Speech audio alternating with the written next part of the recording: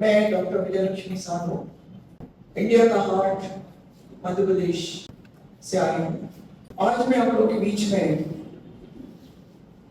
त्रिपुरा में सदर डिस्ट्रिक्ट की ऑब्जर्वर के लिए आपके बीच में उपस्थित हुई हूँ। उद्देश्य ये है कि हमारे सर्वोपरि नेता आदरणीय राहुल गांधी जी, आदरणीय खड़गे जी ने मुझे एआईसीसी ऑब्जर्वर के रूप में सदर डिस्ट्रिक्ट का ऑब्जर्वर बना के भेजा है। संगठन सृजन अभियान, इसका मूल उद्देश्य कांग्रेस पार्टी को स्ट्रेंथिंग देना, अकाउंटेबिलिटी देना और जनता के हर उस नुमाइंदे से जोड़ना जिसको आज जरूरत है, जरूरतमंदों तक पहुंचना। आप सब जानते हैं कि इस देश को आजादी बहुत मुश्किलों से मिली है। कांग्रेस के झंडे के नीचे इस देश को आजादी दिलाई अंग्रेजों से। बहुत मुश्किलें हुई इस देश के नवनिर्माण में। हमारे नेताओं ने एक सुई भी यहाँ नहीं बनती थी। बड़े बड़े कारखाने, बड़ी बड़ी चीजें, बड़े बड़े बांध दिए, लेकिन आज का जो माहौल है उसमें हमारे संविधान पर खतरा है। कॉन्स्टिट्यूशन से बनी हुई चीजें गड़बड़ा रही हैं, खराब हो रही हैं, जिसको आज का नेतृत्व नहीं कर रहा है। पार्लियामेंट, असेंबली आवाज उठाने के लिए होती है। हर व्यक्ति अपनी आवाज नहीं बोल सकता, लेकिन ये प्लेटफॉर्म एमएलए के रूप में, एमपी के रूप में आवाज उठाने के रूप में। विगत कुछ दिनों से आप लोगों ने देखा है कि हम जैसे छोटे लोगों के अलावा जो नेतृत्व है हमारा, जो सीएम के लीडर हैं, जो अपोजिशन के लीडर हैं, चाहे राज्यसभा में हो, लोकसभा में हो, चाहे विधानसभा में हो, उनको बोलने नहीं दिया जाता। जो प्लेटफॉर्म संवैधानिक व्यवस्थाओं में दिया गया है जनता ने, इसीलिए आदरणीय राहुल गांधी जी यात्राओं के माध्यम से कश्मीर से कन्याकुमारी और आपके यहाँ भी ऑफिस में पैदल घूमे, लोगों की मन की बात सुने, किसानों के मन की बात सुने, महिलाओं की मन की बात सुने, युवाओं की मन की बात सुने, छोटे व्यापारियों की मन की बात सुने और हर उस व्यक्ति की मन की बात सुने जिसको आवश्यकता है छोटे छोटे कामों की। इसीलिए उन्होंने न्याय यात्रा की और ये देखा कि कांग्रेस संगठन हर गांव में, हर जगह मिल जाएगा, लेकिन इसको और अधिक मजबूत किया जाए, इसको अकाउंटेबल बनाया जाए, लोगों के बीच में ज्यादा से ज्यादा जाया जाए। इससे संगठन सृजन अभियान की उन्होंने संरचना की। और हम जैसे लोगों को, मैं तो एक बहुत छोटी सी अति सी कार्यकर्ता हूँ, लेकिन कई जगह CLP leaders, PCC president, MPs, sitting MPs, काफी बड़े बड़े लोगों को एक एक जिला दिया है ताकि वहां माइनॉरिटी ऑब्जर्व करके हर वर्कर से, नेताओं से और समाज के हर संगठन से बातचीत करके ऐसे व्यक्तित्व को निकाला जाए ताकि वो जवाबदेह हो संगठन के प्रति भी, आम लोगों के प्रति भी। इसलिए हम लोग जिला कांग्रेस अध्यक्ष का गठन करने के लिए आए हैं। 8-9 दिन का मेरा कार्यक्रम है।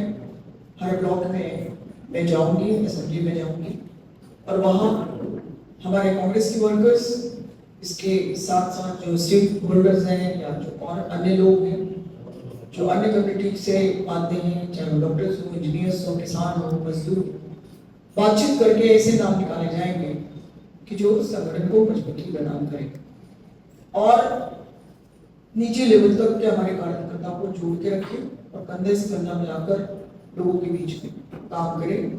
ऐसा नेतृत्व निकालने के लिए हम आए हैं। इसके साथ ही, इसके अलावा भी हमारी और भी बॉडीज नीचे बनेगी। जिला कांग्रेस का संगठनात्मक ढांचा बनेगा, इसके बाद ब्लॉकों में बनेगा, ब्लॉकों के साथ साथ मंडल, सेक्टर्स, पंचायत, म्युनिसिपल कॉर्पोरेशंस और जो आपके नगर पंचायतें, यहाँ तक हम लोग जाएंगे और ऐसे हम संगठनात्मक ढांचा बना के पूरा कार्यकारिणी लोगों के बीच में लाएंगे, ताकि ऐसे व्यक्ति निकाले जो काम करें, जो धरातल पर उतर कर काम की ग्राउंड रिलेटिव बताएं और लोगों के बीच में जाए। क्योंकि कांग्रेस के पास बहुत कुछ है, बहुत कुछ किया है उन्होंने, और जो चीजें की है वो आप जानते हैं, सब बेच बाच रहे हैं आज की सरकारें।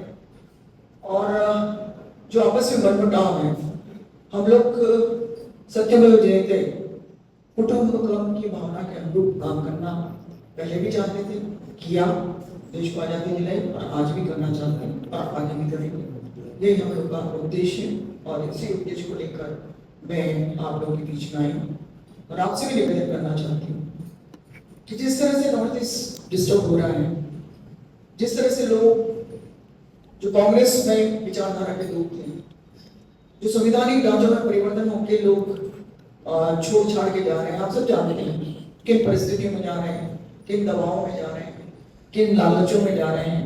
क्योंकि मेरी अपनी स्टेट में भी 2018 में हम संबंधित थे, हमारे 22 MLA कांग्रेस छोड़कर चले गए अपने निजी स्वार्थों के कारण। जिस तरह से माहौल यहाँ पर बना हुआ है देश के अंदर कि सरकारें बनाओ ना बने तो बनाओ, जोर देके, चाहे वो पिछले दरवाजे से बनाओ, कैसे भी बनाओ, लेकिन भारतीय जनता पार्टी की सरकारें बनी। ये उद्देश्य आज संवैधानिक संस्थाएं बर्बाद बनी है। ये आप सब देख रहे हो कि आज स्थितियां इस प्रदेश और देश में क्या हो रही है, आपके यहाँ अभी मेरे को पता चला, कल ही लातूर में शाम को आई हूँ कि किस तरह के वायलेंस हो रहे हैं। चाहे आपका त्रिपुरा ले लो, इसके पहले मैं नागालैंड में थी, संगठन सृजन अभियान के अंतर्गत दीमापुर, और मणिपुर की तो मैं 4 साल इंचार्ज ले चुकी हूँ, वो भी बिल्कुल चल रहा है। मणिपुर स्थितियाँ क्या हो रही है, महिलाओं के अत्याचार हो रहे हैं, ये सब बहुत खराब चीजें इस देश के अंदर हो रही हैं। आप सब प्रिंट मीडिया से, इलेक्ट्रॉनिक मीडिया से आप लोग आए हैं, मेरी बात आप सुन रहे हैं। मैं आपसे भी यही निवेदन करूंगी कि आप पत्रकार बाद में हैं, पहले देश के नागरिक हैं, और देश में जो स्थितियां बन रही हैं उसको सही करने में आप लोग भी बढ़ चढ़ कर हम लोग को सहयोग करें और ऐसे व्यक्ति निकाले चाहे त्रिपुरा की जो आज की परिस्थितियां हैं उसमें बदलाव आए और त्रिपुरा वापस वैसा ही हो जाए जैसे पहले था, अच्छा, सुंदर, खूबसूरत और जनता के लिए जवाब दे। यही मैं आप लोगों से भी निवेदन करना चाहती हूँ। नहीं चाहते हैं। और हमने जो देखा है कि जो 2023 में जो एक्ट बना था उसको हर लोग मिलके सपोर्ट करके ये पास किया था, मगर अभी इसके बाद बीजेपी वाले ये आरोप लगा रहे हैं कि ऑपोजिशन वाले महिला को अपना हक नहीं देंगे। इसके बारे में आप करते हैं? देखिए, ये बहुत झूठा पुलिंदा है, प्रोपोगंडा है, और आज की मोदी सरकार जुमलेबाज है, जुमलेबाजी करना बहुत अच्छे से करती है। इस मामले में तो हमारे एक्टरों को भी मांग करते हैं, एक्टिव के मामले में आपने जो कहा, कांग्रेस पार्टी शुरू से महिलाओं के पक्ष कर रही है। हमारी प्रधानमंत्री इंदिरा गांधी रही, पहली राष्ट्रपति श्रीमती पाटिल रही है, पहली लोकसभा अध्यक्ष श्रीमती मीरा कुमार रही है। तो महिलाओं का नेतृत्व हमेशा कांग्रेस की तरफ से पहली बारी हमेशा होता रहा। जहां तक कि प्रोपोगंडे की बात करें महिला के बारे में कि कांग्रेस के खिलाफ है, अब याद करिए राजीव गांधी जब प्राइम मिनिस्टर थे, मैं खुश नसीब हूँ, उस वक्त मैं मध्य प्रदेश में दिग्विजय सिंह जी की सरकार में कैबिनेट मंत्री थी और 73-74 अमेंडमेंट पंचायती राज का राजीव गांधी लाए थे। देश में 33% का आरक्षण लोकल बॉडीज में महिलाओं का राजीव गांधी जी ने किया था, जिसमें म्युनिसिपल कॉर्पोरेशन, नगर पंचायतें, जिला पंचायतें, जनपद पंचायतें, सब में 33% का आरक्षण स्वर्गीय राजीव गांधी जी ने किया था। उसके बाद नरसिम्हा राव जी की सरकार में 50% का आरक्षण किया गया। किसकी सरकारें थी? कांग्रेस की। इसके बाद पार्लियामेंट के अंदर 2010 में आदरणीय सोनिया गांधी जी ने मनमोहन सिंह की सरकार में ये बिल दोनों हमारे जो लोकसभा राज्यसभा से पास कर रहा था, एक में हमारी स्ट्रेंथ नहीं थी, इसलिए पास नहीं हो पाया। ये 2010 की बात है। मैं खुश नसीब हूँ कि वो उस वक्त राज्यसभा के मेंबर थे। इसके बाद 2023 में बिल पास हुआ, कांग्रेस ने बढ़ चढ़कर हिस्सा लिया, सारे कांग्रेस के अलायंस ग्रुप ने बढ़ चढ़कर हिस्सा लिया। 2023 में जब ये बिल पास हो गया, उसके बाद दोबारा लाने की जरूरत नहीं है। जो पास हुआ उसको आप लागू करें, पर महिला बिल को सामने रखकर आज की मोदी सरकार डिलिमिटेशन करना चाहती है। क्यों?